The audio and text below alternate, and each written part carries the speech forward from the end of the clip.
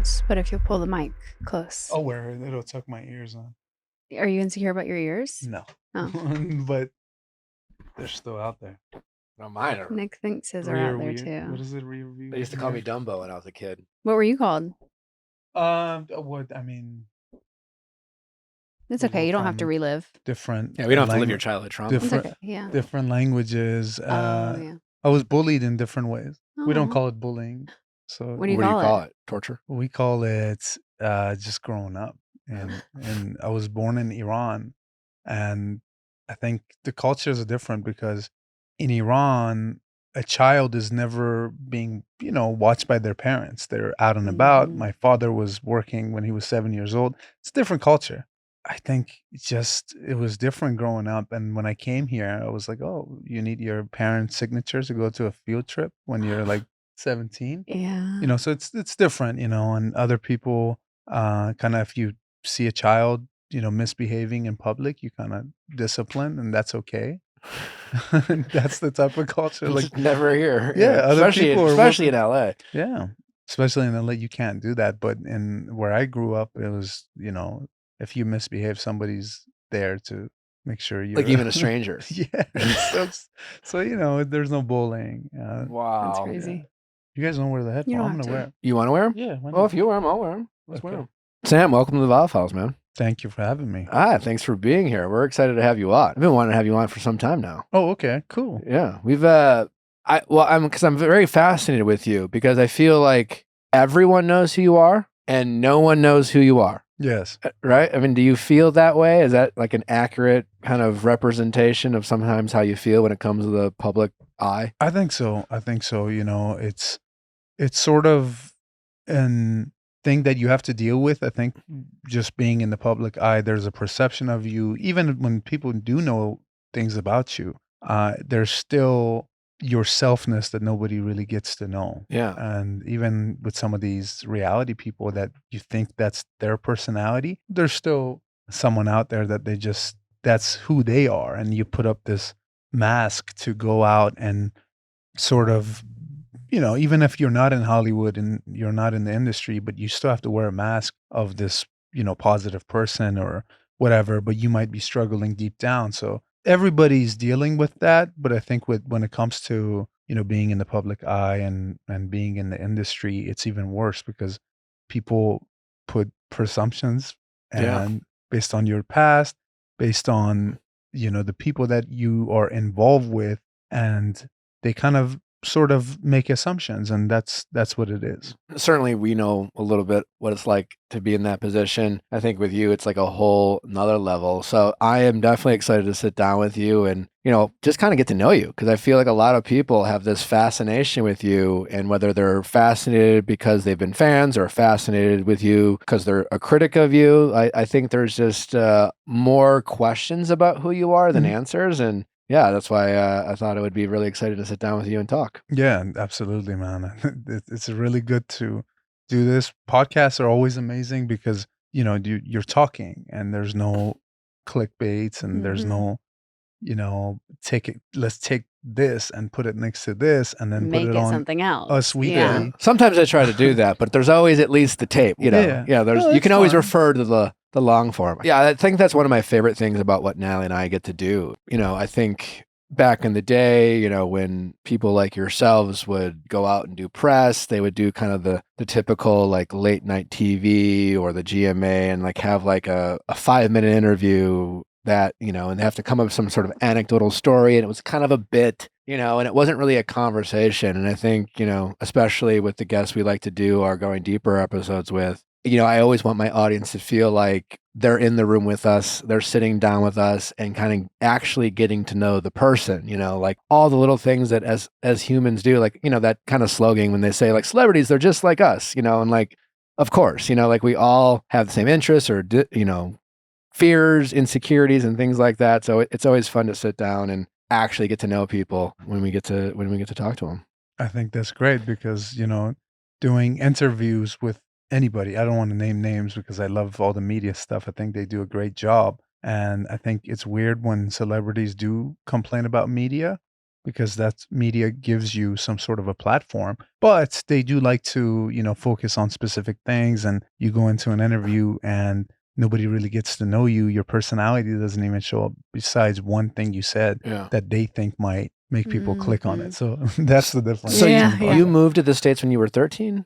I was 12 and a half. 12 and a half. And then I'm assuming you came with your family? No. So what happened was we were always supposed to come to the US, and where I'm from, the country of Iran, it's such a privilege to come to America. It's such a amazing opportunity. It's like, I feel so weird speaking about this because I sound like a super proud American, which I am. And I always said, I think that's okay. I know nowadays, sometimes in certain circles, people act like it's not, but we still are. I feel very grateful that we get to be here.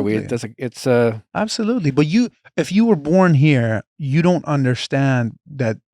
A lot of my friends, my best friend doesn't understand that what you really have, and certain things like we had to leave because I had 3 sisters in my family, and in that country, the basic human rights, especially for women, is next to nothing. They can't sing in public. They can't do many things in public. They don't have control of themselves when they get married and things like that. So being in a family with 3 sisters, we have to get out of here.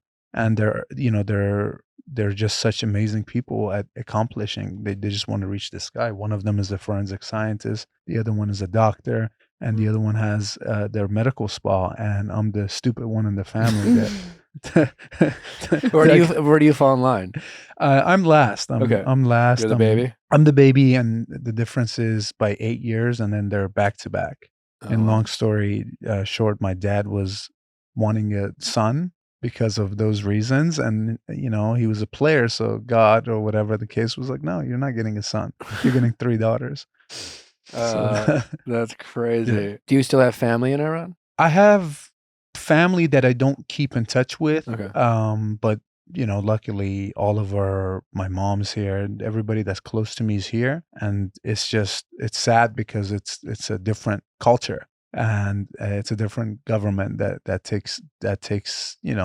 took over that country, and it's not the people. Talking about perception, when I moved here, I think I went to 7th grade, and everybody was like, the only thing we know about Iran is the same thing we know about Iraq or those Middle Eastern countries. Sure. There's a bunch of sands and camels and a bunch of suicide bombers. I'm like, wait a minute, I never seen a camel in my life. I mean, the first camel was here in a zoo, whatever they have. Like the first llamas and camels I've seen are here. And I haven't seen sand. We have mountains, and it's a diverse culture.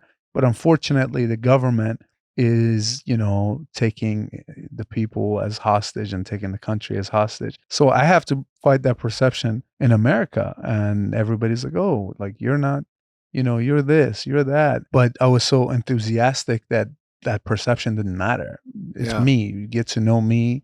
Let me make American friends. Let me make all the other immigrants that are here. We're all here for a reason. I always really enjoy talking to, first generation immigrants and people who weren't born here.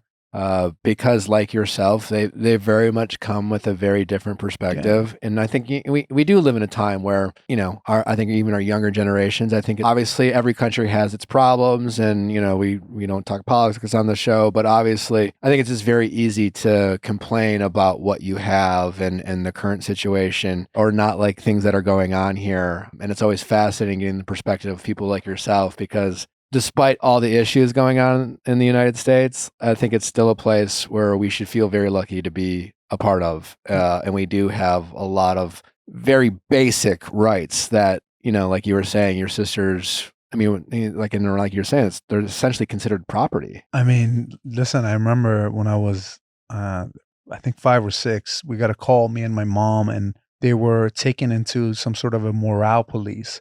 They have morale police that kind of go around the city and see if you're misdressed, if your hair is out, you got to cover your hair. Or if any skin is showing, then they're going to take you. And the whole purpose of the morale police is to teach you the proper ways of a Muslim woman. But, by the way, Islam, I'm not religious, but Islam is a beautiful religion. But that country, they've taken that religion to, sort of make it a propaganda For and, sure. you know, I mean, it's suppress. the same thing with like, I grew up Catholic, Yeah. you know, I'm not actively like going to church these days, but I think it's a beautiful religion. I think Christianity is a beautiful religion, but there's also a lot of radical Christians out there who do terrible things. Yes. Basically what happened was they take you in and then they're going to teach you about this, you know, how to properly dress and how to do this, but they don't do that. What they do is they do things that, you know, nobody hears from. And, you know, they anywhere between, you know, torturing people they do weird stuff to a point. 2 years ago, they did something with this girl, this young girl, 19-year-old girl, and she died. She suffocated. And there was a lot of protest around, and that raised a lot of awareness.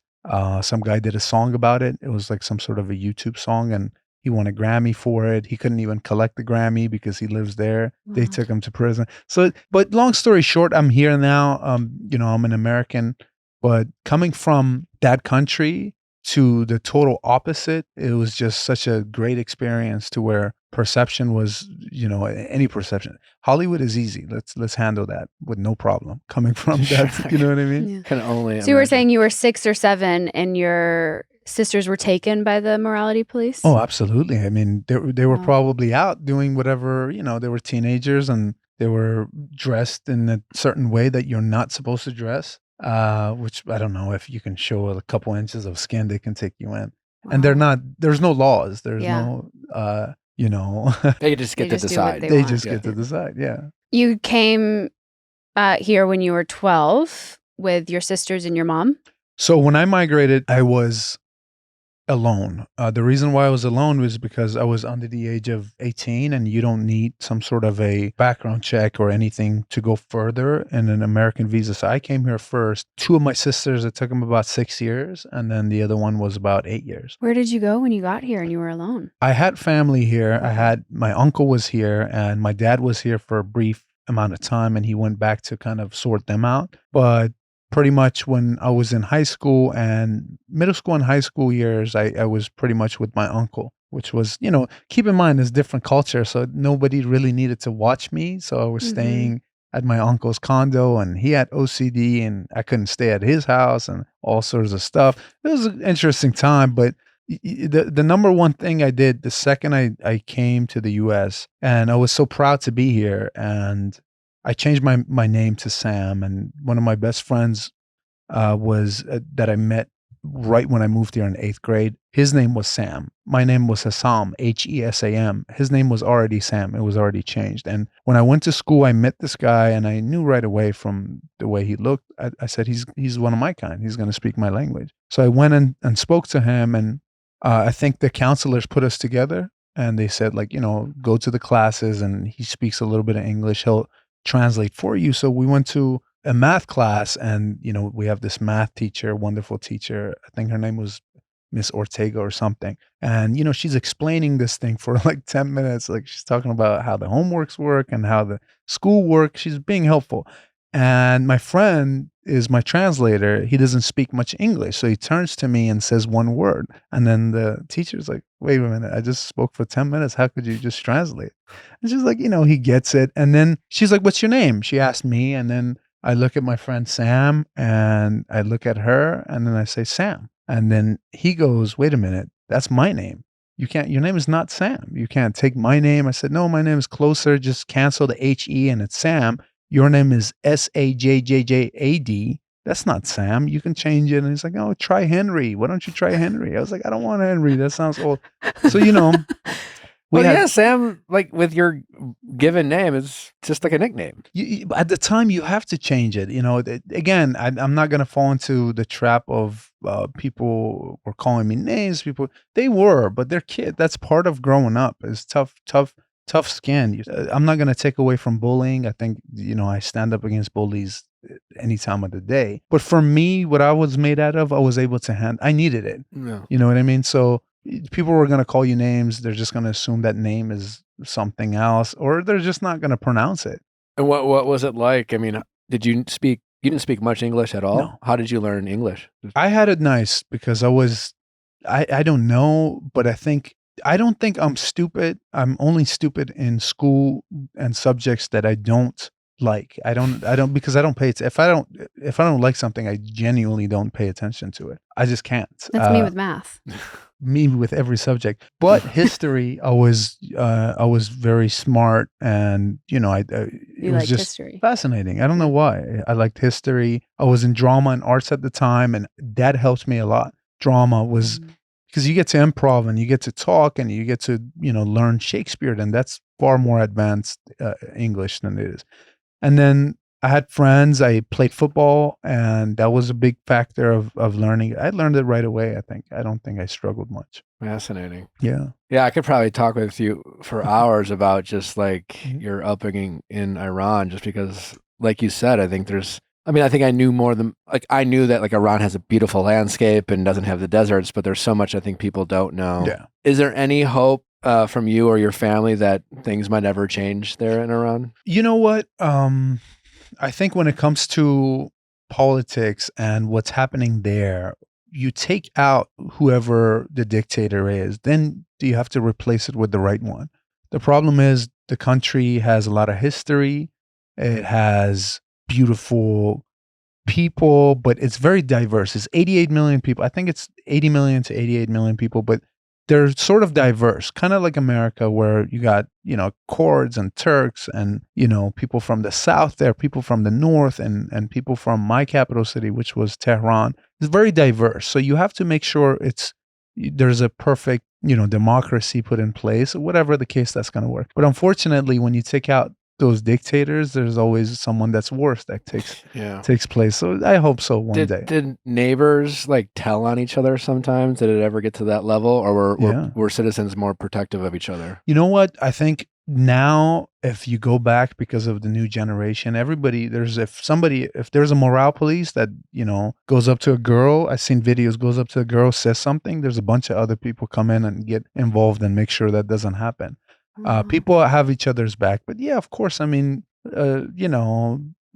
half of the people are happy with the government, half are not, majority are not. So it's just it's tough. It's tough, but it's a blessing. Like I said, it's a blessing to sort of have that, and it makes me very upset sometimes when I go to Dubai and Saudi Arabia, and they do it, and these people, they do it amazing. And what Iran had in the 70s was they were much further than Saudi Arabia and Dubai. And what they have now, they're back by 50 years. Yeah, that's sad. So once you graduated from high school, how did you find your way into entertainment? So in high school, half of my time I was spending in the theater program. And we had a great theater program at Westlake High School in California here. And we had a really good football program. So I was going from, hanging out with the jocks to hanging out with the drama kids. Nothing wrong with the drama kids, but there's something about when you're creative and you're an artist, it makes you different and you do things different. So I was doing that. I was doing both. And when football was no longer an option for me, I had to,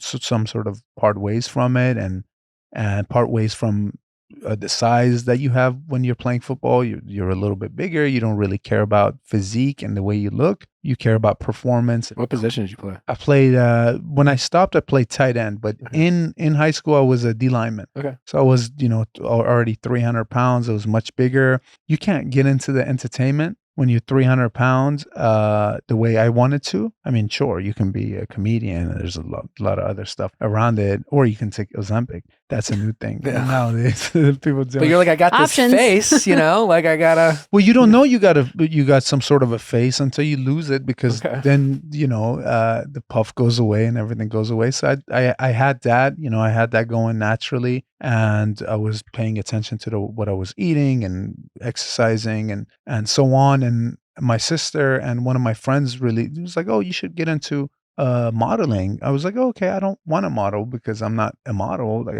I didn't grow up I didn't grow up with people throwing compliments of the way you look and things like that. But I do genuinely love acting, and I want to get into acting, and maybe I'll go into get an agent and start doing commercial acting." And that's what I did. I got into commercial acting, and after that went really well. And after that, I want to get to TV and film. And we did with the same commercial agent, I did a music video audition one time. It was for Fifth Harmony Group. with you know, I don't know if you've seen that one. It's called Work From Home. It was some sort of, it's a good song, it's a catchy song, but you know, they had us dress in construction clothes and you got jackhammering. You're like a Diet Coke guy. Jackhammering? Yeah, Okay. jackhammering. It was a cool one, and I think that was one of the times where I already had a social media, but like, pop culture is crazy because they love it's just like the biggest thing in the world, and they did. Cosmopolitan ran an article on that music video, and they were introducing all the people that were on it, and I think that was my first time of getting some sort of you know, a taste of pop culture and a little notoriety. Yeah. Is that how you eventually ended up meeting Britney? So what happened was, at the time, you know, music videos are great, but MTV's no longer around. So music video people aren't really watching them like they used to. Yeah, people are not watching them unless you know, it goes viral and people love it and whatever the case may be. Times are different, so we're not. I'm not gonna be. I'm no longer gonna be at that level. There's nothing wrong with commercial acting. There's nothing wrong with soap opera acting and that stuff and and music videos, but there's a respect that the TV and film side they don't really have for that, you know, acting part, even though you might make more money on the commercial side. So I wanted to really get into that. My passion was to do TV and film, and so we said, let's no longer do a music video, let's no longer do any commercial, put a stop to that so I can go to the next level. And one day, one of my agents, I think it was some sort of a print agent I had at the time, they reached out and they said, "Oh, there's a music video for you." And I said, "Oh, immediately no." And then they're like, "Okay, good." And then they went away, and then they came back another day, and then they asked again, and then I was like, "I don't think so." And they weren't giving any details or anything like that. And then a friend of mine, a mentor that does makeup and hair, has done it for many years in Hollywood, called me and said, "Oh, just so you know, somebody might reach out to do a music video. I'm working on a music video, and my friend is a good director, Colin Tilley. He does a lot of great music videos, and he does feature films now. And he's really respected in that world." And he said, "You know, my friend's doing it. I'm doing it. Just come do it. Who cares?" And I said, "Okay, cool." I'll tell my agent yes. And so I told them I'm available. Then they revealed like who the music video was for, and whatever it is Britney Spears, you know, with Tinashe, and it's called Slumber Party. Anyway, I go into this house in Beverly Hills on Coldwater, and we start. You know, it was a 2-day shoot, and it was really a beautiful set, and it was really fun. It was really great, except the food that they gave me, or whoever the production was, had worm in it. The salmon had worm in it, so I couldn't eat. A worm? Oh, it was crazy. So a worm was crawling outside the salmon. And you ate it? And then you saw the worm? I wanted to eat it, toughen up and eat it, but I didn't eat it. No, No, I didn't. I didn't know if you took a bite and then you saw the worm, or if you saw the worm first. I was eating it. I was eating it, then I saw it, but you know that stuff doesn't. I survived. just put it away. Craft services, you know.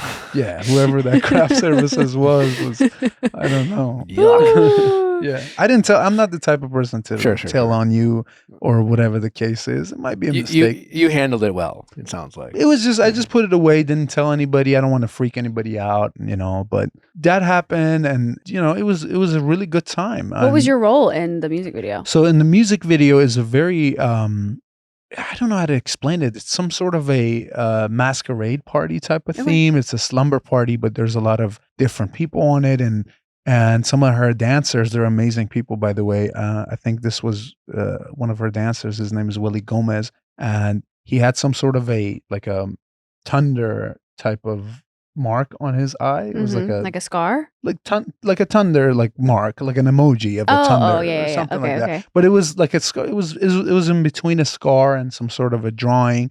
And so I was the leading man, where you know there's the first scene was a big long table, and I'm in a suit sitting down with that because I wanted to get that. I saw her dance. I was like, oh, just give me that too, because you know, why not? And she's crawling like a cat, and she's licking milk from the glass that I spilled or something like that. It's really interesting. Hot. Yeah. Yeah, whatever. But It's a music video, you know? Yeah. It's a music video. Everyone's weird. Everyone's, It all makes sense in a music video. You know? Once it all comes together, it all makes sense. no, it's shot really well. It's dark themed. There's a lot of costumes and a lot of dancing. There's a lot of things that go into it. And by the way, I think it's weird for TV and film not to have respect for a music video or commercial because they're doing this thing in 2 days. So if you pick up anybody from production, anybody that's worked in music video, they will get the work done much faster than the TV people. Shout out to the TV people, but I'm just saying, I think they deserve some more respect as well. They're very efficient people. They're efficient. They got, you got a budget, you got time, you got people. Everybody works hard. I think. I mean, listen, the video vixens are sitting on this couch. So I myself am a video vixen. I was in a Bad Bunny music video. I love it. Bad Bunny, I love Bad Bunny. So you're there doing the video. Who made the first move between you and Brittney? So long story short, it happened very naturally. And there's something about work that it's going to sound cliche and it's going to sound like I'm, saying this, but really, truly, I want to be a professional because in my life, in my personal life, I'm messy and, I have to work really hard to be on time. I am on time, not today. You're bad. But when it comes to professional job, I'd like to be as professional as possible and be there and be excited, be on time and not really do any of that or not to try to make anything out of it. And I'm not even though I was in a music video already, and I'm not really too familiar with her songs, or I know she's an icon. Well, I'm familiar now, very familiar. I was going to ask you because you grew up in Iran. Yeah, I'm guessing there wasn't a lot of pop culture available. I'm going to tell you something about fame. When it comes to fame, pop culture, Bad Bunny, for example, international pop culture, and then also America. There's a thing that says Michael Jackson, Madonna, and Britney Spears. Michael Jackson is the king of pop. Madonna is the queen of pop and Britney Spears is the princess of pop, and period. I wasn't aware, right? I'm not aware of that because I'm, the music I'd listen to is 50 Cent and Eminem and, all these things and very trying to be very manly and not really Pink and Barbie and pop culture and things like that. You weren't oopsing, I did it again. I was familiar, but I didn't know any of the songs. If you put it on, I couldn't tell you different. So it wasn't anything like that. We kind of spoke and everything went naturally and in between, everything was moving fast, but it's 2 days. So in between things, we kind of had a conversation of, well, have you had, sushi? I was like, oh yeah, believe it or not, I had sushi. And matter of fact, I had one with a worm in it just about 2 hours ago. And, we kind of hit it off and we were talking and everything was normal. And she mentioned, let's grab sushi sometime. And I said, okay, cool. And then when music video was done on the second day, one of her assistants came up to me and is like, oh, special goodbye. She's not here. So just give me your number and then I'll have her reach out. So she had me write my number on a piece of paper. And then I think a few weeks later, she texted me and said, let's go grab sushi. Weeks? Yeah, it took about, I don't remember exactly. It took about a couple weeks. Okay. Yeah. Were you sweating or were you like, she probably just forgot about me? No. But the reason why is because I was just focused on what in this industry. Yeah. You have to forget. You have to have short-term memory. Like that. I built that up with sports. When you mess up in a sport, when you throw an interception and you're the quarterback, it has to go out of your mind. It's short-term memory, it's called. If you keep it up, then you're going to keep messing up. Yeah. And when you audition or you go into a job or you go do something, you can't keep your hopes up. You have to do the best thing possible, then forget about it, on to the next. So that way, if I keep my hopes up every single audition, I'm going to get disencouraged and I'm going to give up back. Yeah, but she was asking you to sushi. But like I said, for me, it was...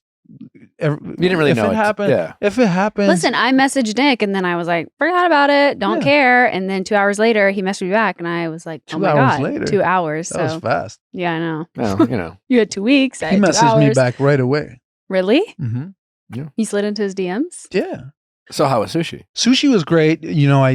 I sort of, okay, I'm not too nervous about super mega stars texting me to go to sushi.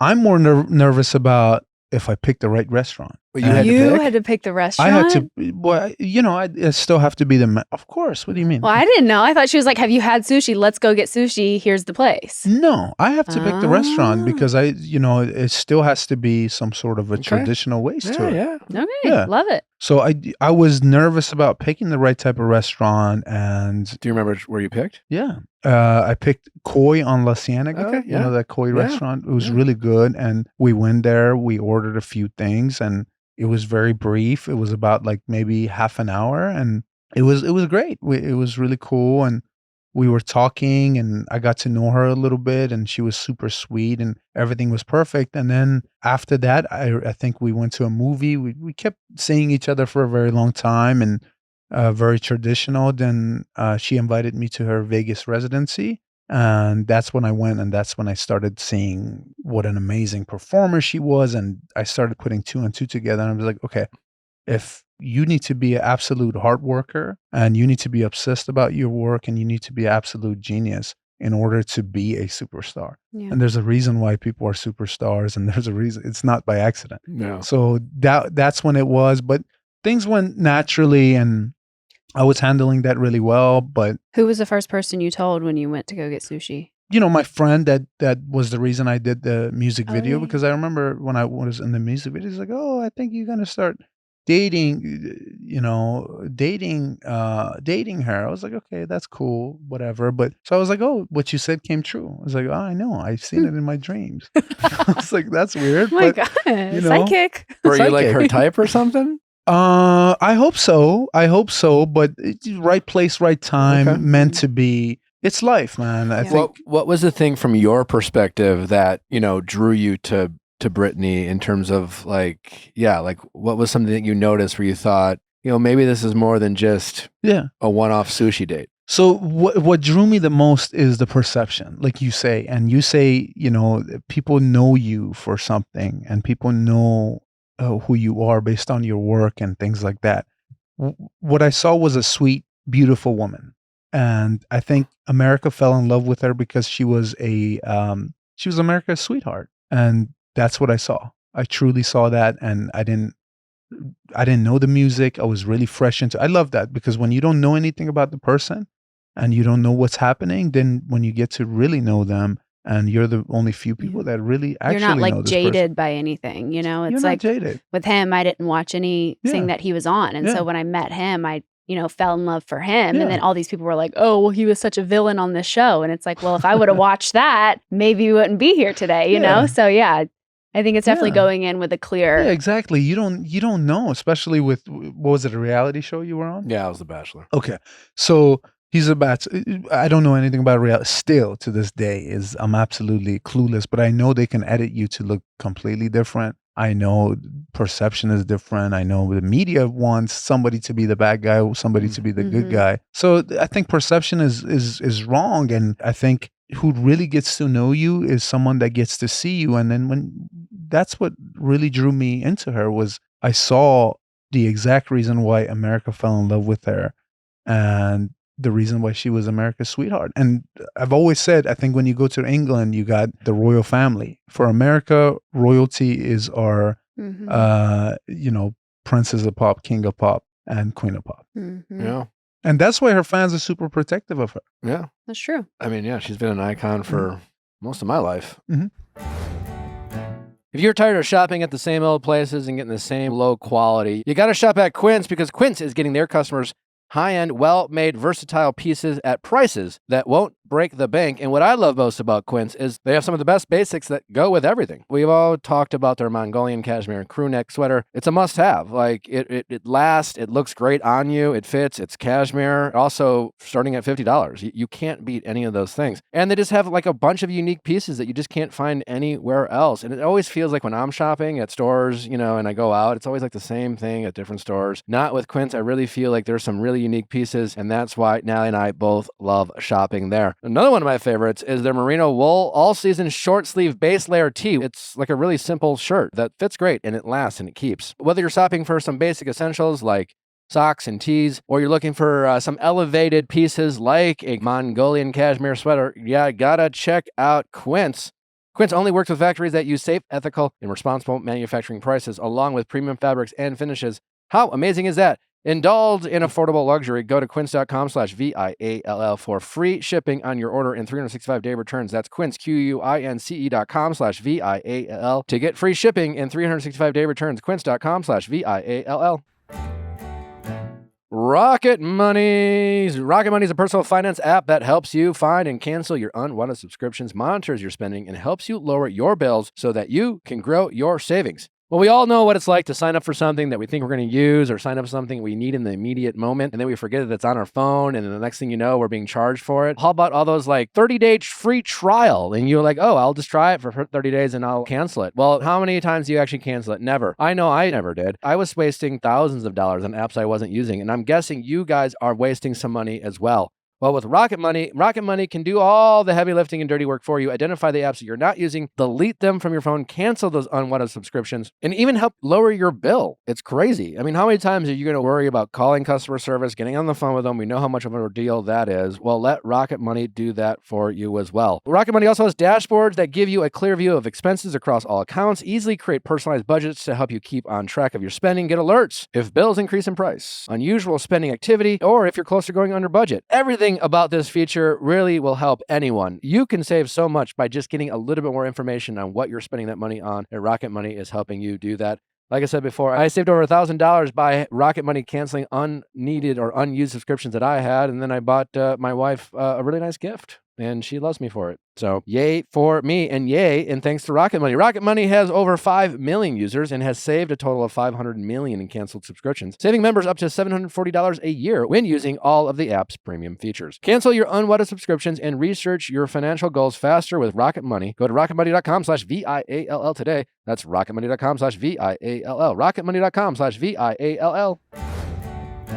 And then you guys kept dating, and then when did it go from, I might marry this girl? This is a 7-year-long relationship, and it's the longest I've been in a relationship with somebody, and it's the longest she's ever been in a relationship with somebody. But, we had to deal with, she was under the conservatorship, and that was very strange for me to deal with. I got hit with that at the beginning. She kind of explained No, she didn't explain. Somebody called me and said, oh, just so you know, this is this, and make sure you're obeying by our rules and stuff like that. So for me, what did that feel like? I'm coming from a country, I dealt with this already with women. So I dealt with women being suppressed and being controlled by men their whole life. So I kind of I was like, okay, this is weird, but wait a minute, this is America. Something doesn't make sense. Yeah, that's weird that given your background and where you came from, that you getting that phone call almost reminded you more of being back in Iran. Yeah, I get a phone call, then I have experiences, and it's just so strange. So now it's time to really understand what's really going on and what's happening and how I can, when you're in a relationship with somebody, you want to I'm the type that I want to support in every way possible. Whatever you're doing, I'm going to support you in whatever way possible that I can to my abilities. Did you end up after you got that phone call, did you go to Brittany and kind of been like, hey, I got this phone call? And no, not necessarily. I kind of try to understand it. I also then go look up what's happening on the news because I know the news is different. I try to really understand it, and I try to really see why was that ever in place to begin with. And you don't have much to say, especially if you're just a boyfriend or someone that's just there. Maybe I was afraid they're going to maybe make me not see her and things like that. So you have to be gentle and provide support as much as you can. So I was just supporting, and I was just seeing what I could do the best way possible to make sure that I'm there. Yeah. Were there, along with the kind of rules and regulations, whatever they gave you around the conservatorship, were there also threats around if you don't? You know what? There's a lot of stuff. When I was on the Traitors, there was an article that came out, oh, he has a gag order. None of that. That's not what it is.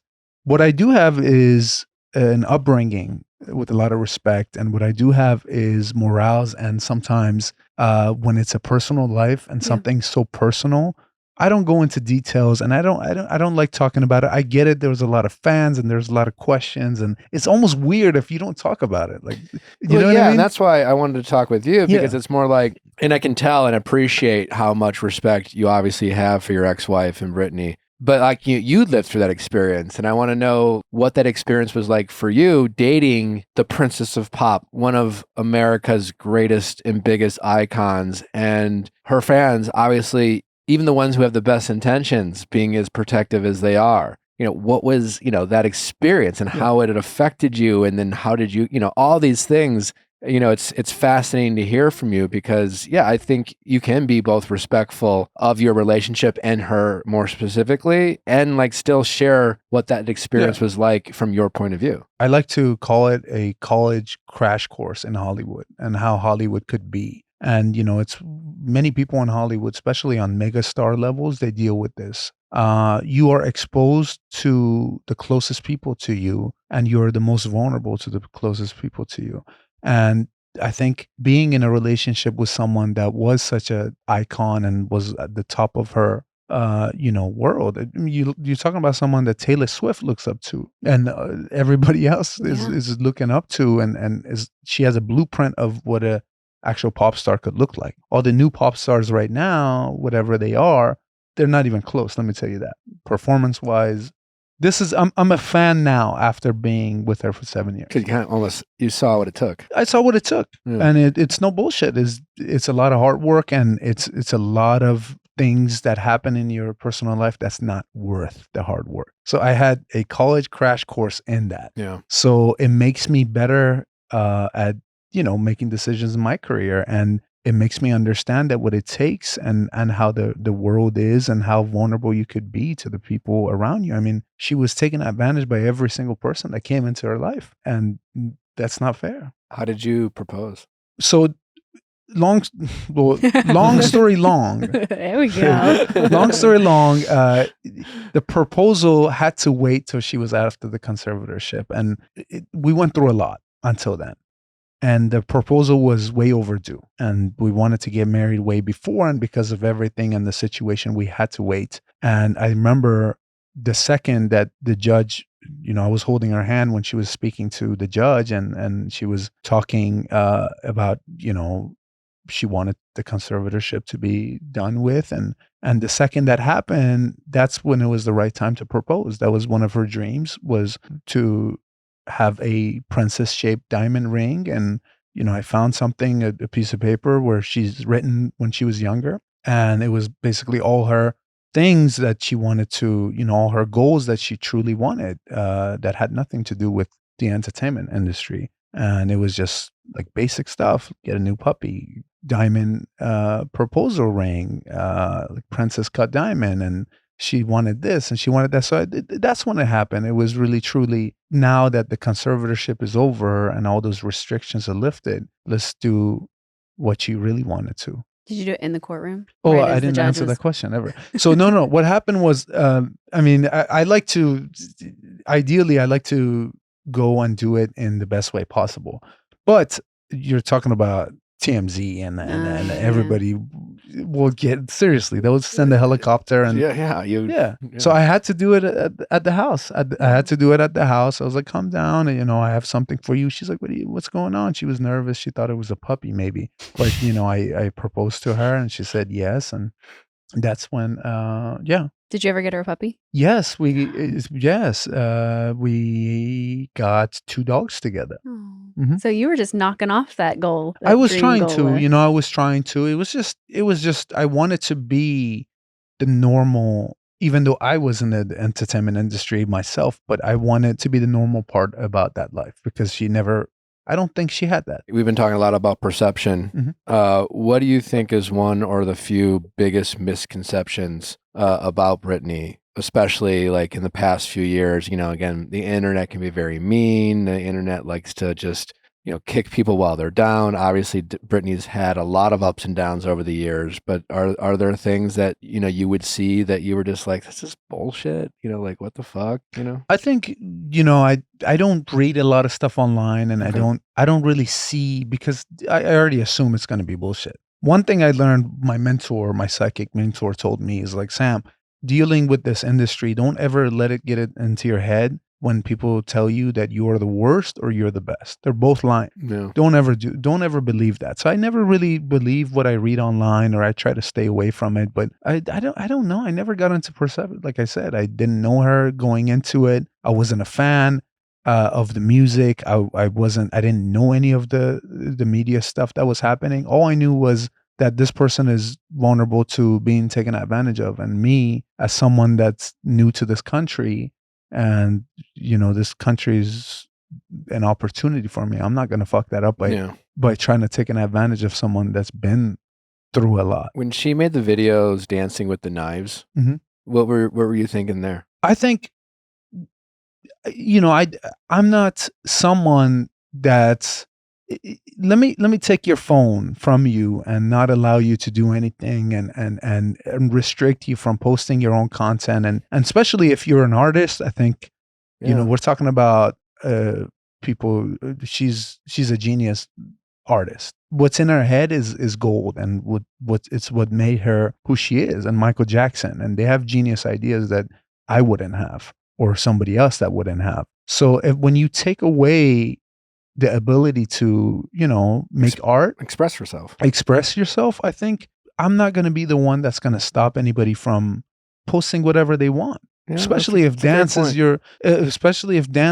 the way you express yourself. I thought it was a great video. People were concerned with the knives, but that's a great point. Yeah, I think you really put that in perspective in terms of, like, I don't think it sounds like people even realize just how restricted she was in so many ways. It's everybody else's fault. I promise you that.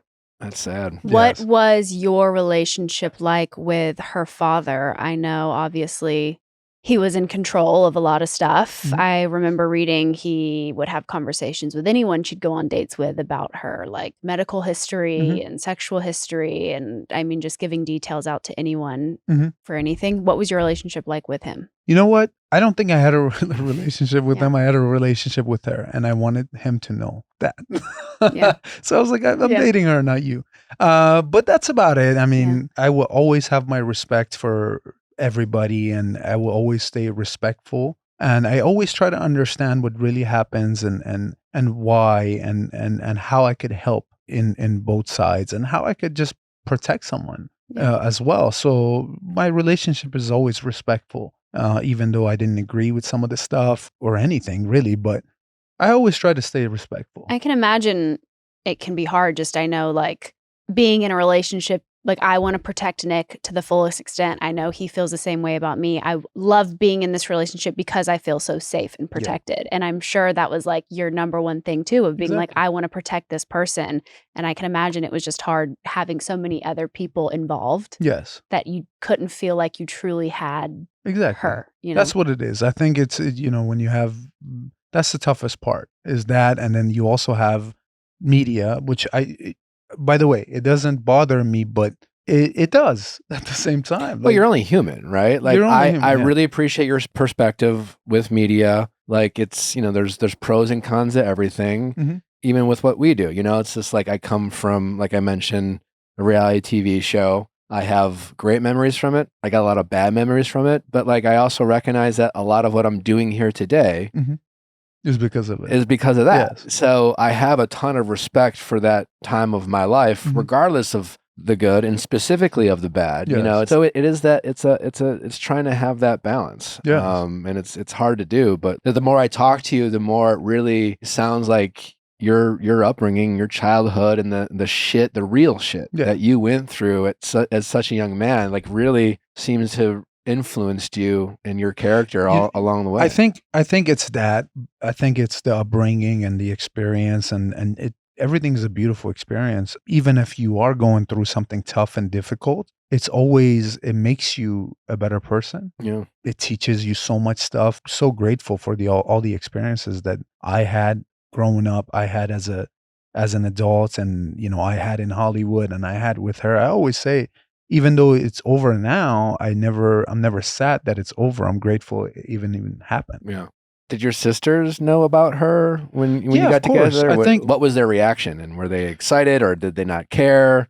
I don't remember if they were too excited, but they've always been on my team, no matter what. They were always the excitement was always the same amount as I was doing something that had nothing to do with, something that was going to be public. And because people freak out when things go on TMZ, they think it's this, or when things go on they think it's like this big deal. It's not really, but people think you're alien or something. My family didn't have that. And that's how I knew that, that I have a solid base, which is very uncommon. And it's not fair, because if those people hurt you, they're the most closest to you. Yeah. And you're going to let them, because, you're vulnerable to them. Yeah. But no, they weren't too excited. I mean, they, of course they knew who she was and they were a fan of hers. I think anybody at that age is coming up. At some point they dressed up in the same outfits and they had posters and things like that. Yeah. So, it's normal. And that's why I felt weird not talking about it, and being so restricted to talk about it, because it was a sensitive subject or whatever the case may be. But it's my life for 7 years. So, it'll be super weird if I didn't talk about it. What was your favorite thing to do together as a couple? Like, how did you guys have the most fun together? We had a lot of fun, man. I mean, it's a 7-year-long relationship. We watched TV shows. We had a lot of pets. What were some of your favorite shows you guys watched? Because, honestly, like, a big part of what Nally and I do, it's like we love a lot of the same shows, and it's honestly, we connect in a lot of ways through the shit we talk about and debate or whatever. Like, what did you guys watch? Friends was something that we watched all the time, and a lot of cartoons, because I genuinely like cartoons. I think they teach us a lot of things, and just there was a movie we watched one time that was really sad, and I remember it to this day. It was Purpose of a Dog. Have you not seen that? Dog's Purpose or something? Dog's Purpose? Dog's Purpose. Google it. Anything that has to do with a dog, sad. Unbelievable. Oh my God. It's the saddest movie in the world. Yeah. Purpose. A Dog's Purpose. Dog's Purpose or something like that. Yeah. Yeah. Yeah, it's so sad. It's God, with a golden retriever. Beautiful. Yeah. What a headshot. Watch it. You will not last. Oh my God. So you remember watching that and just I remember sobbing? watching that, and it was a sad movie, but a lot of that, a lot of cooking, a lot of exercising, a lot of hiking. Who's more of the cook? I think me. Okay. Yeah. What do you like He's to cook? more of the cook too. I like to cook. I grew up, I had a job as a chef, and they taught me a lot of New Orleans cuisines and Italian cuisine. It was a catering job, so I got to learn how to roll sushi. So I like to cook. You still do a lot of cooking? Yeah. What's your favorite thing to cook? My favorite thing is basically what I like to do is take a food that's already made and make it gourmet. I think that's really interesting. How would you make a pizza gourmet? I don't make it, not like that. Oh. Not like that, but I'm talking about, like, let's say if something's already pre-made and you add a few things in it and you make it gourmet. But I think my favorite food to make, not to eat, is Italian food. Persian food is very, very good for me to eat, not to make, because it takes a lot of patience. What's your favorite thing that you made that she loved to eat? A lot of steaks. Okay. I did steaks really good. How do you cook your steak? Anywhere between medium to medium rare. No, not the temperature, but how do you prep? How do you prep? How do I prep it? I like to just season it with Montreal seasoning. Okay. And make sure the seasoning is basically inside, and grill it on the green egg. On the green egg. And okay, then once the blood comes to the top, you flip it, and on the other side, and it's like, this is well done. This is, I don't know. No, I'm sorry. This is medium, or this is rare. This is medium rare. That's well, and then this is well done. Is it by pushing it? That's how it's like you, the tender, like it's like a feel. Yeah, it'll feel like this. I don't know. How'd you learn that? Cooking show, YouTube. Yeah. Okay. TikTok. Right. Yeah. I feel like you've had just an insane life in general. What is one of the hardest things you've been through, and how did you overcome it? What did you learn from it? Other than obviously moving to the United States. The hardest thing, I don't know. You asking someone that, if I get in knock on wood, if I get into an accident, you find the light and everything. I don't know. It's just so weird for me. I'm not really I never really see any bad moments in. I just think it's a waste of time to stress and it's a waste of time because when there's nothing you can do about it, there's nothing you can do about it. Yeah. What am I gonna do? I'm not gonna dwell on the fact that this happened or that happened. I just know we live a short life and nothing matters at the end, and we're just all gonna sort of, hopefully not soon, but sort of pass on, and it's somebody else's turn. No. I mean, I don't know, hopefully it's not too sensitive of a subject, but ultimately, what was the cause of the end of your guys' relationship? You know, when it comes to breakups, splits, divorce, it sucks. Everybody, no matter what the point is, it sucks. But when it comes to, like I said, back to the gag order, and you can't take a poop in Hollywood without having an NDA. So that's the true part of it. Yes, but also put that away, put that to a side. I have 3 sisters. I have a family. And I always hated the fact that somebody goes and talks about this and cries and tries to get attention or use that as leverage. It's my life. I lived it. I experienced it. But I think certain things you talk about in public and certain things you don't. And I think it doesn't matter what the cause was. I think what matters the most is the time that we spent together, the things that we've learned, and that was the big part of my life and her life as well. It seems like you have still a ton of respect for her. That seems Absolutely. pretty evident. I'm always gonna have respect for her because of what she's been through, and that was never her fault, and why she is who she is and why she was the princess of pop is because it was a genuine person that wasn't trying to get famous. They weren't forcing, they weren't going through all these media strategies and doing this to get famous and force it down your throat or agency. What do they call agency? It wasn't Industry any of plants, that. yeah. It wasn't any of that. It was just true talent and true hard work and just one of a kind that came out and did that and still didn't want to be famous. Yeah. Still didn't care about any of that. Are you guys able to maintain a friendship? You guys still keep in touch much? I wish her the best, and I would like to at some point. I wouldn't mind. Okay. But not right now. Just kind of giving it time. Yeah. Yeah. Have you started dating at all? Like, are you getting out there? Yes, absolutely. You know, I didn't think I was going to be ready because I was just focused on, I was just focused on work, and I was traveling. I did a show that I couldn't be on the phone, so I couldn't really. And it was just me and my dog for a little bit. Me and my dog were going on a lot of dates. And yes, I've been dating. I have a new girl now that she's super supportive. And Are we keeping her name private still, or? No, I mean, if you go online, you'll see it. It's just TMZs all over the place. Okay. How did y'all meet? What's that? How'd y'all meet? We met just coincidentally, and we met just out in the apartment I used to live at, and we never saw each other, and we saw each other again. A couple months down the road, I ended up making a phone call for another place I was moving into, and we reconnected, and it was sort of sweet.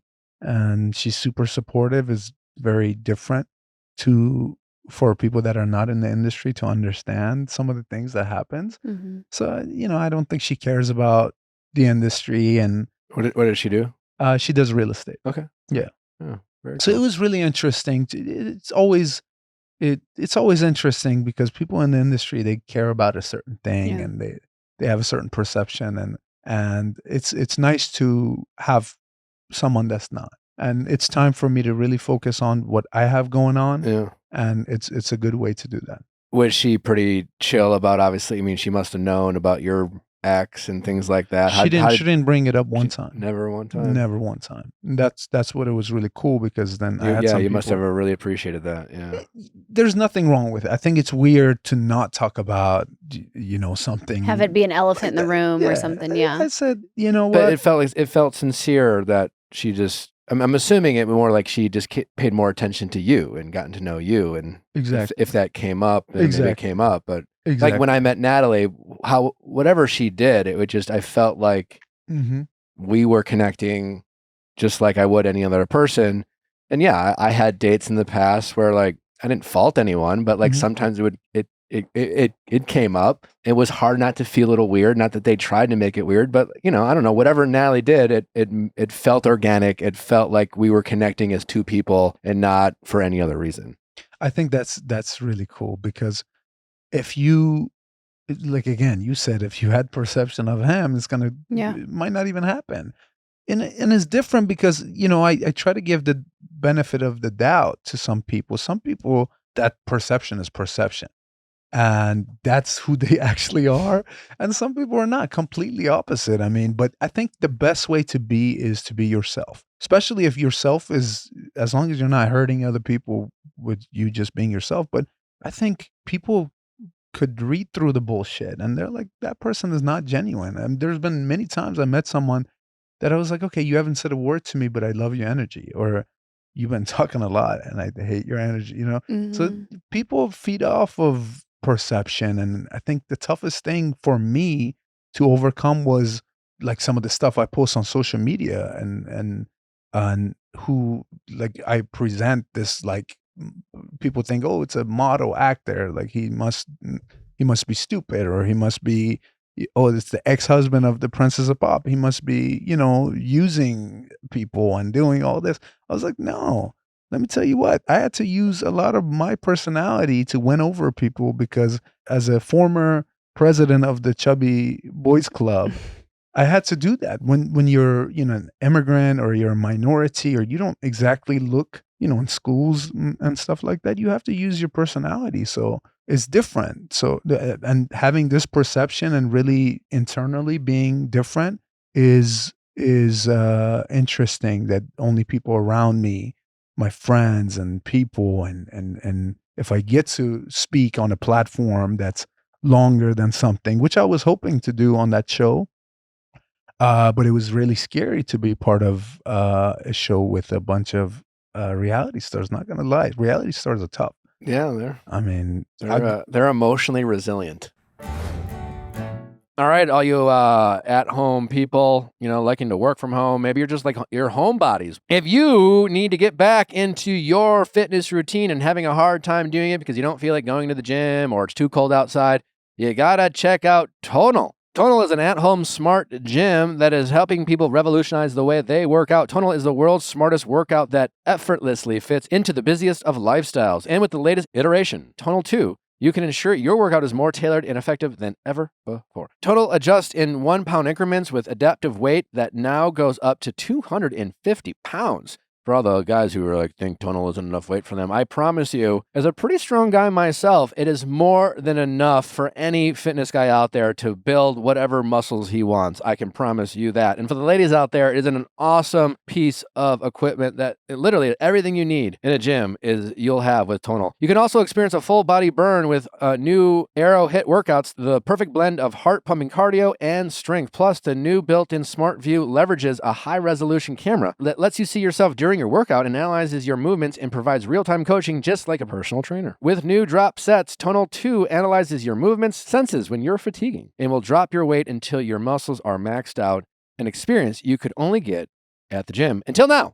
So if you are tired of going to the gym, all the things that are suck about a gym, the other people you have to work out with, the stinkiness, the commute, all of that. Well, skip all that and just invest in Tonal. Right now, Tonal is offering our listeners $200 off your Tonal purchase with promo code VIALL. That's Tonal.com and use promo code VIALL for $200 off your purchase. That's Tonal.com, promo code VIALL for $200 off. Tonal.com, TONAL.com, promo code VIALL.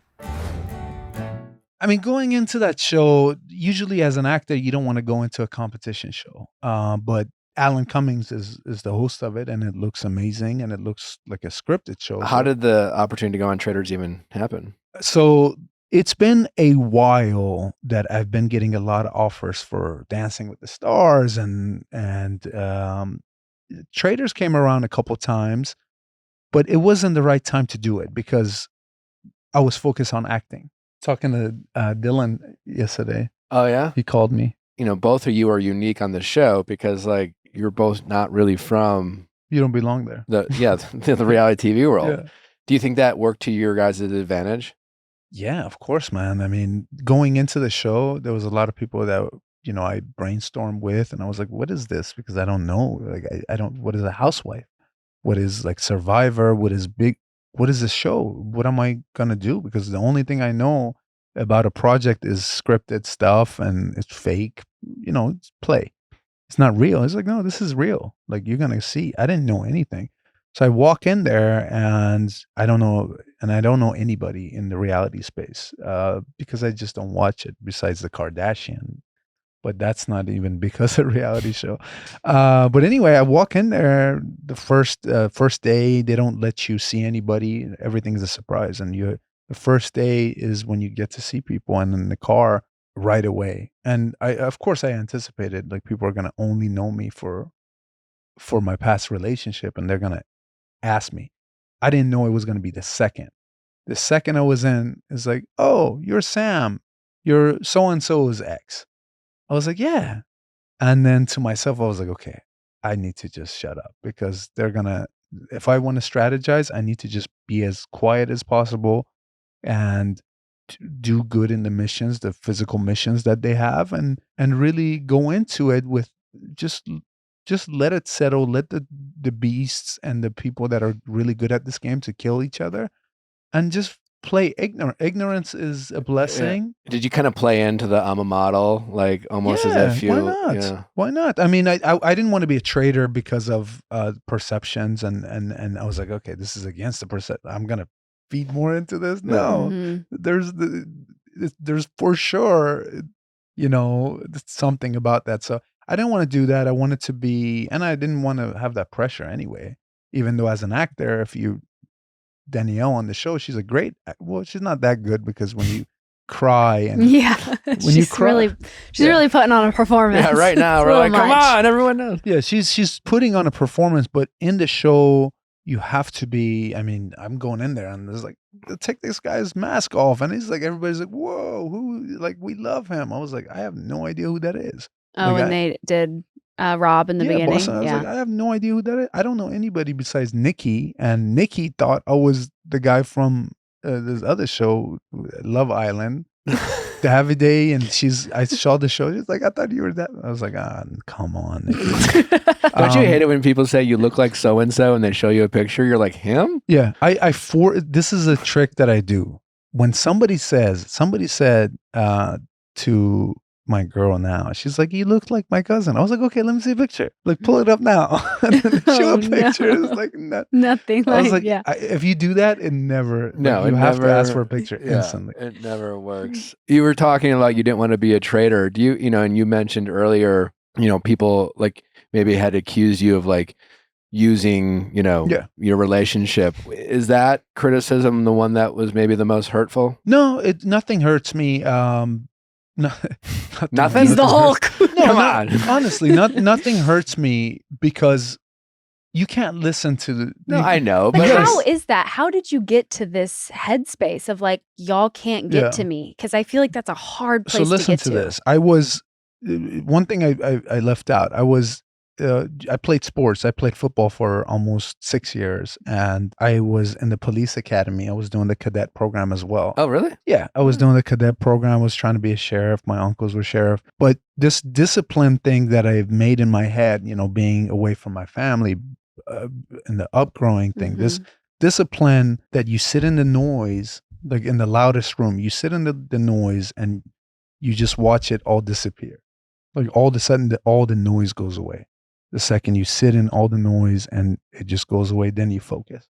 And nothing else is going to hurt you. Of course, if somebody says to me something that's going to actually, if you say something about my sisters or the people that I love the most, then I'm going to be offended. But if you say anything to me about me, unless it's the truth, unless it's like you're my friend or you're my mentor and you say, Sam, you're not working hard enough. And I say, absolutely.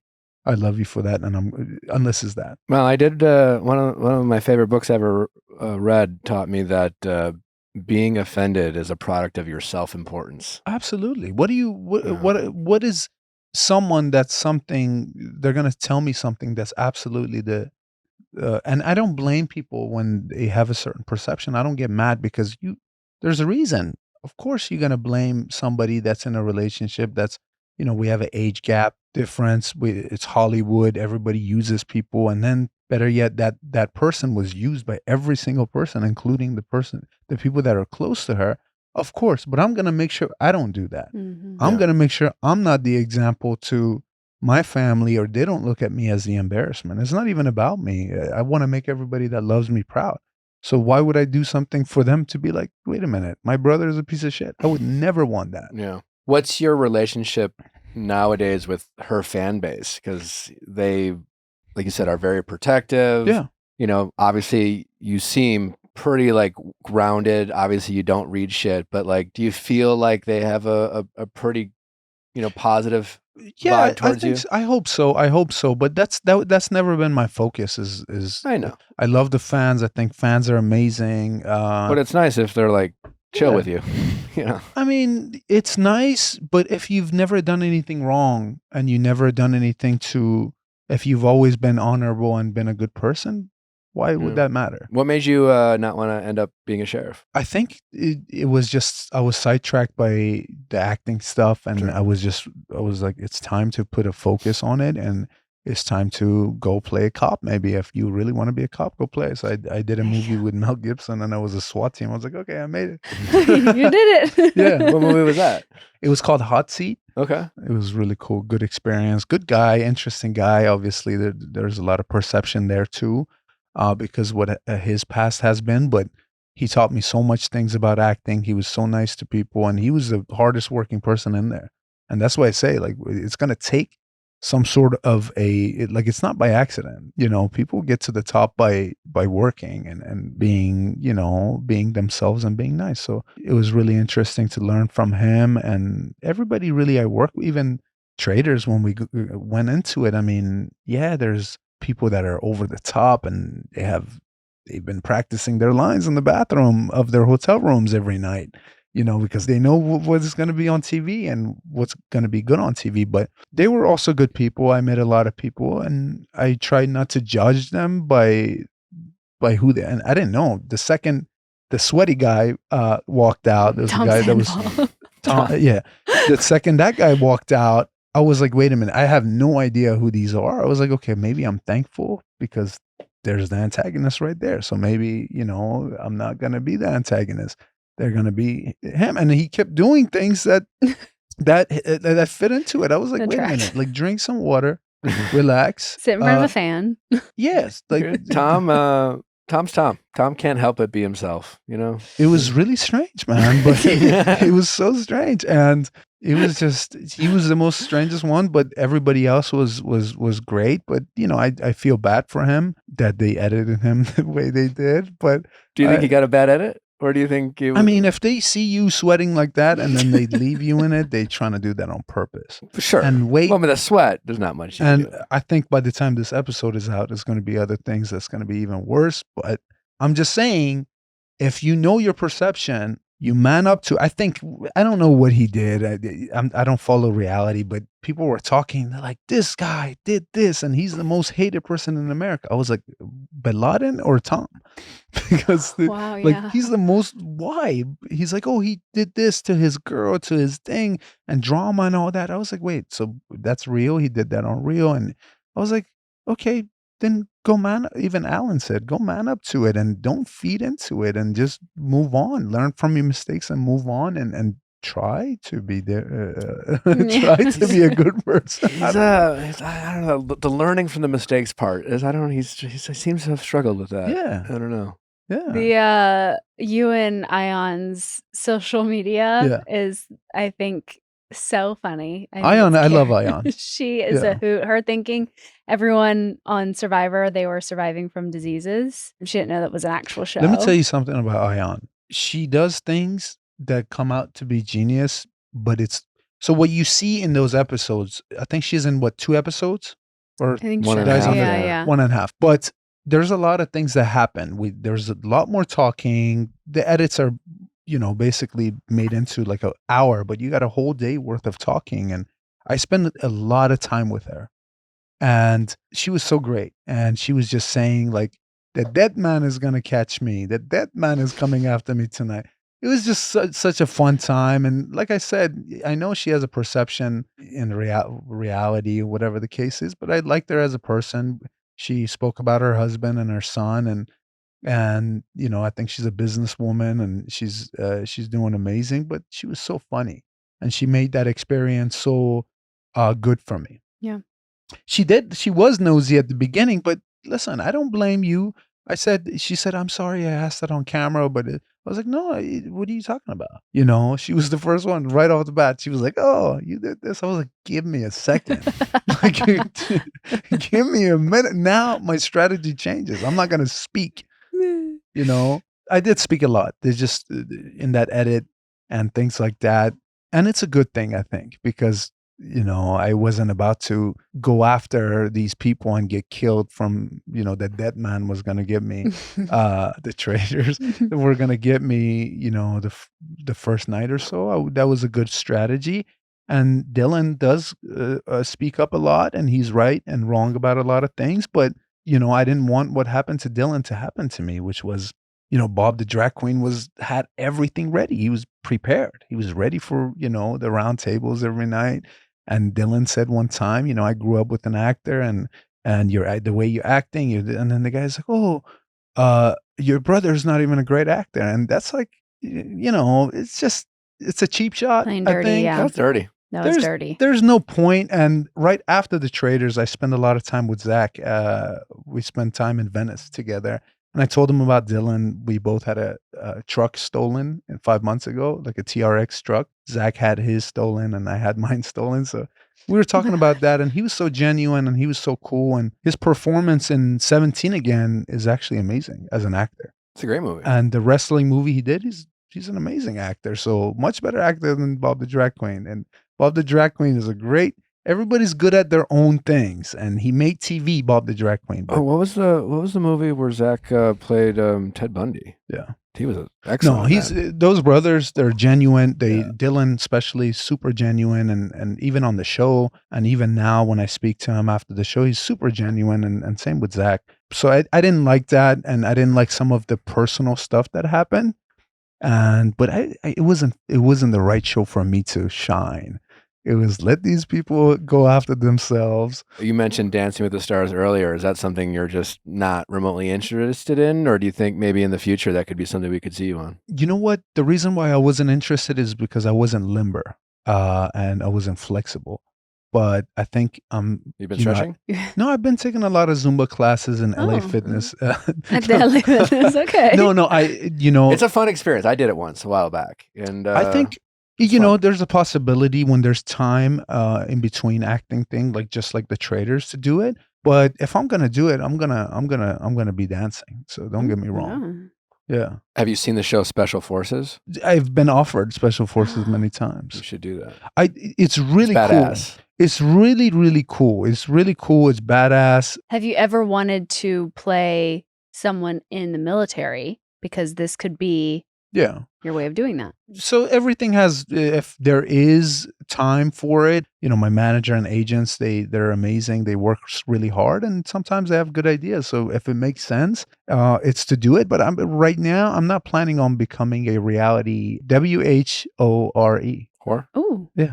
He's not going to be a reality whore. That makes sense. Davide, what's his name? I'm not about to. Davide. Yeah.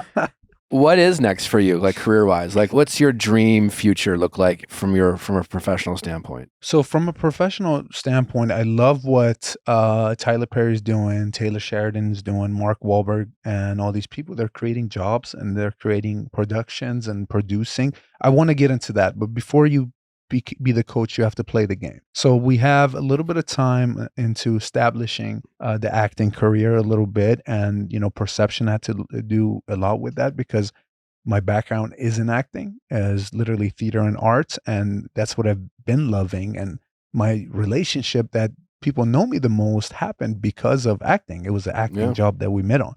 So it's a period of time where I'm going to be focusing on acting, and I'm going to be making some projects as well. I do have my own production that's creating some great short films right now. We have a TV series in development, and we have a movie in development as well. It's called PB&J Productions, and that's because that's what I ate to fit in America, PB&J, and drank Gatorade. That's what I was literally doing. I thought that was an American thing to do, and it wasn't. It is. Definitely. Kind of. Yeah, it is. Yeah, I mean, you guys, and I love that. But that's, and in the meetings I have with some of the studios, I do bring in peanut butter and jelly sandwich because everybody likes peanut butter and jelly sandwich, except they're allergic to it. I was about to say, that's a high allergy. It used to be, but I think they've cut it out of like kids' schools. They're like, you can't even. This is crazy. Yeah. Glitch. What's Glitch? Tell me about Glitch. Okay, so Glitch is a amazing idea. Me and my mentor have been working on this for a while, and is some sort of a very relevant TV series that we developed. We wrote the script, and we're in talks with some studios. But it's a series about what the next generation of social media is going to be about / AI. Of course, it's about AI.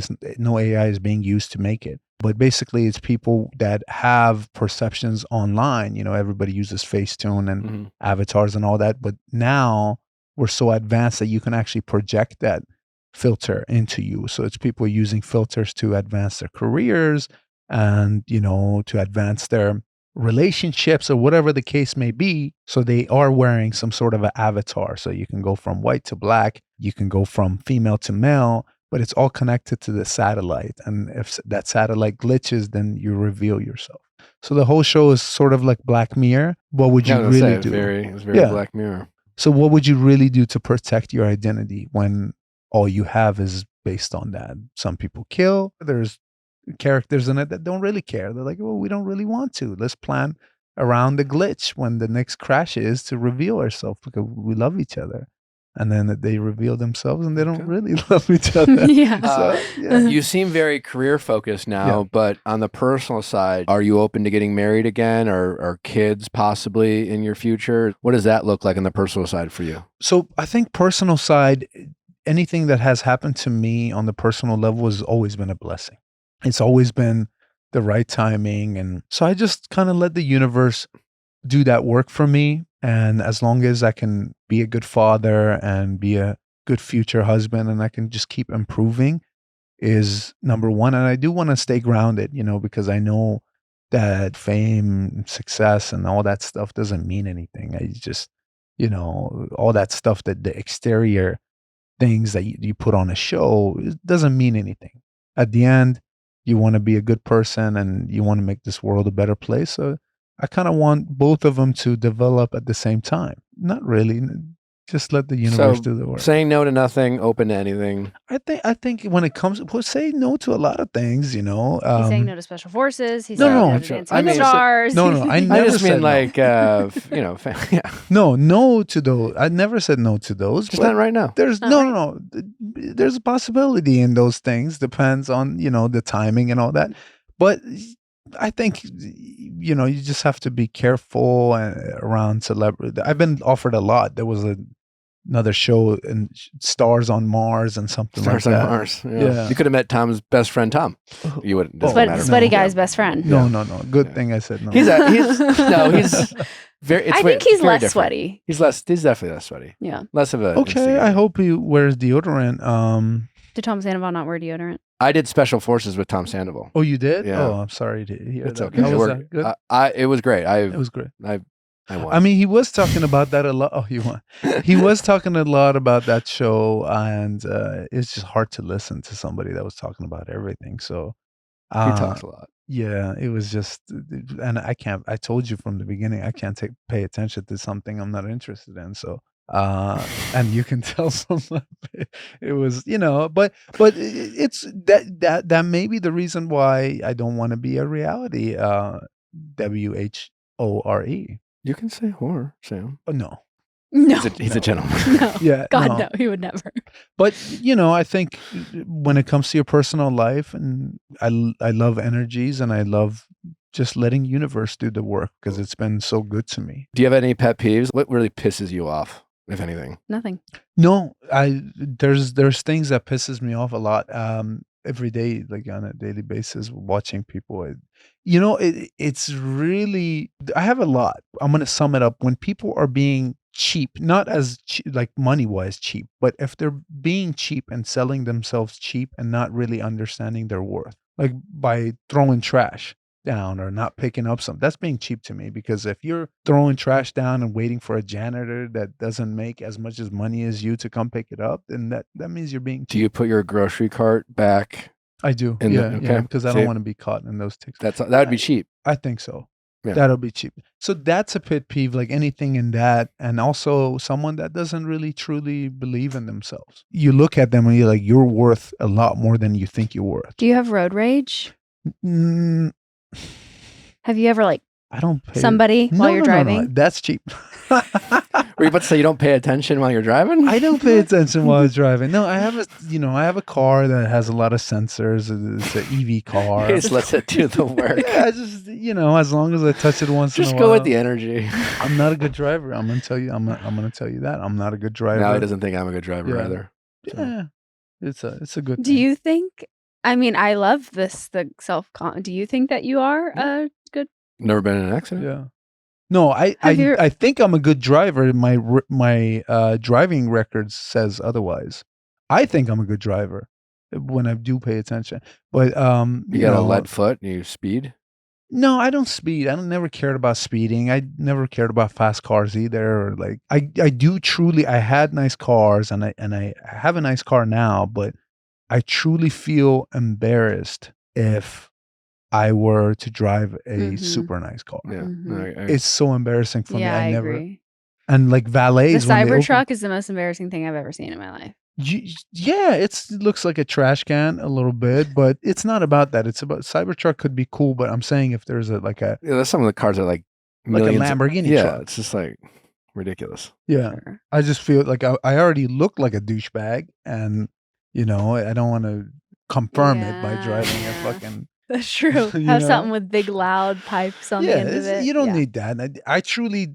Yeah, you can't walk out of a Lamborghini and everyone would be like, it's No, I wouldn't mind driving a Honda Civic like I did in high school. I wouldn't mind that at all. I'm not going to take care of it anyway. It's going to be dirty. It's going to be, might as well. Are you a clean person? Like, is your house clean? It's organized, but it's not so clean. Okay. My room, the living room is clean. Mm-hmm. I like to clean it. It has to be clean every single time for other people's respect. Mm-hmm. For my dog, she likes it clean. And my drawers and anything I put stores in, absolutely not. Like, it's crazy. It's organized. I know where everything is. Yeah, but it's not nasty, dirty. I'm with you, Sam. It's sort of like it's kind of like as long as it's in the drawer. Yeah, I'll find it. Yeah, eventually. If I know what drawer at some point, if I have enough time. Yeah, that's how life is. What is your favorite self-care? The self-care stuff is very important. Very important. I do. Exercising I think is number one, not for big muscles and ripped six-pack. That's those ridiculous. Just came. He does have big muscles, everybody. No, right now they're small because I do have to pump them sometimes. I have this air pump in the car. Oh, they're deflating currently. No, but he's also a comedian. No, I like self-tapes. Self-cares. No, not that type of acting self-tapes. Oh, sorry. Yes, of course. Not the It's very common post-COVID, Natalie. The only no I say is to OnlyFans. That's the one we say no to. But I think self-care stuff is, exercising. There's a lot of amazing benefits from it. If I don't do it, like it's sort of an addiction to me. It truly is, because that's all I knew. Like, that's how I got into the entertainment industry. I got into sports. That's what my foundation was. And mentally, it's very important to me to exercise. When I exercise in the morning and the first thing I do, then I'm calm about everything else. Then, I'm able to be a better person for everybody else. And I have a job to do, so I do have to stay in a good shape. But if you want to talk beyond that, I do have a self-care routine that I do sometimes. Like a nighttime skincare routine? My sister has a medical spa and she gives me a lot of her products, and she says I want to tell people that I did your lips.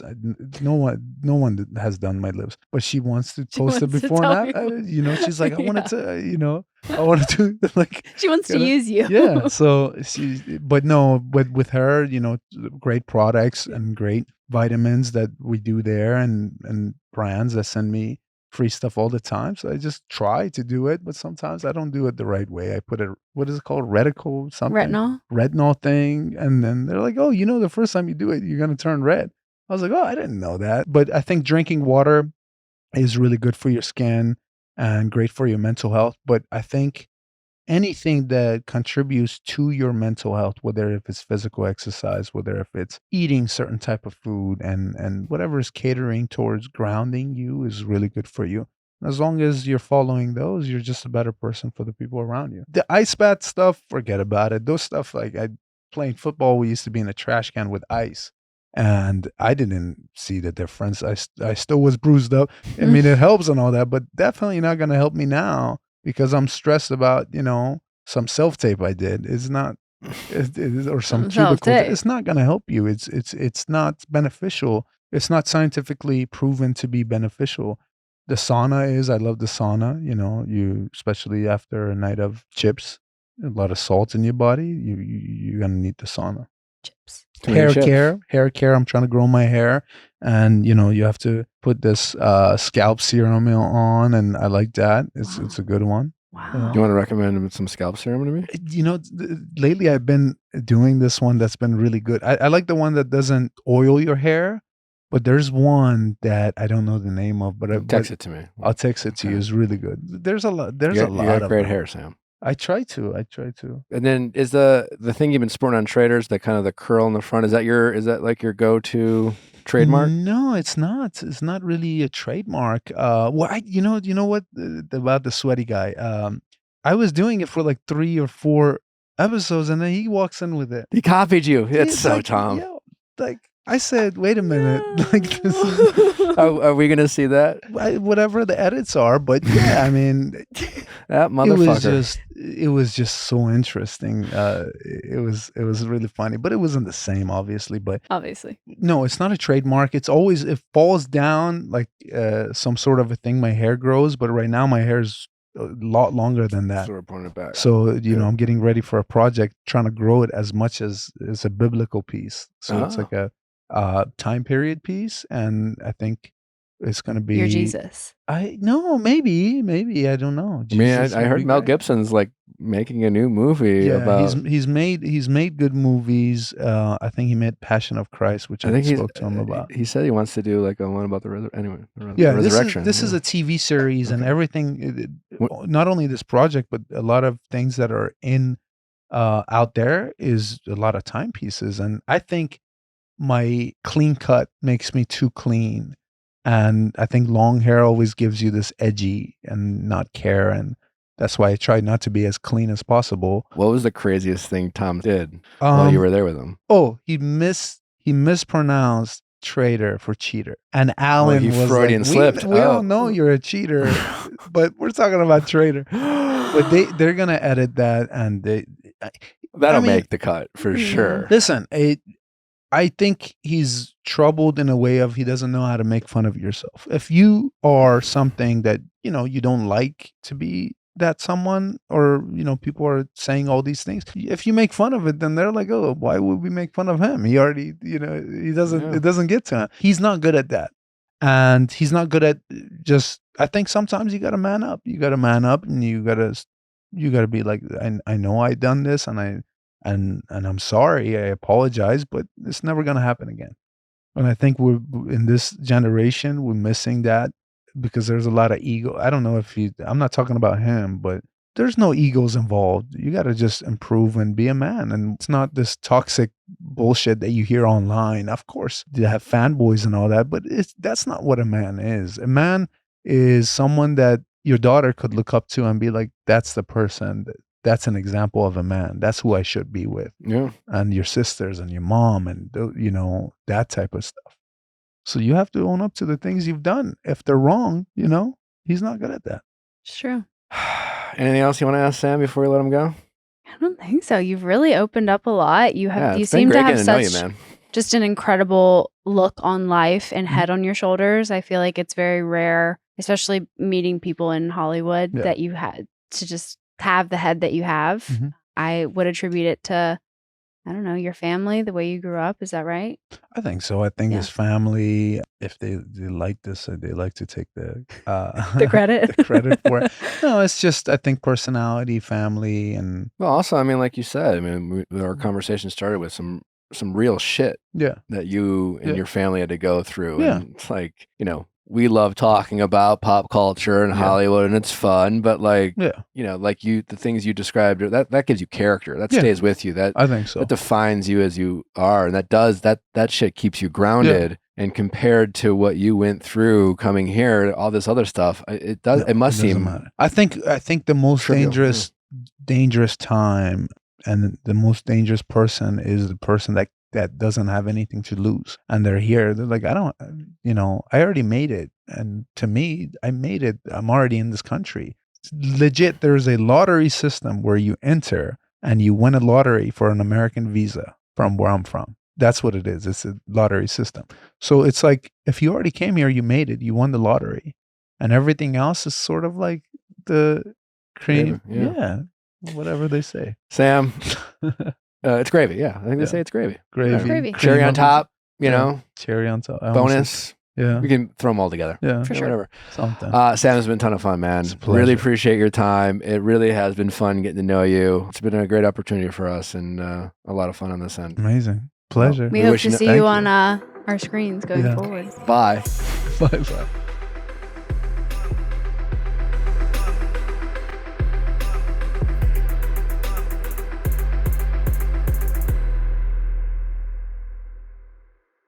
Hey guys, if you loved what you listened to, make sure you hit that subscribe button below. Thanks for listening. We'll see you next time.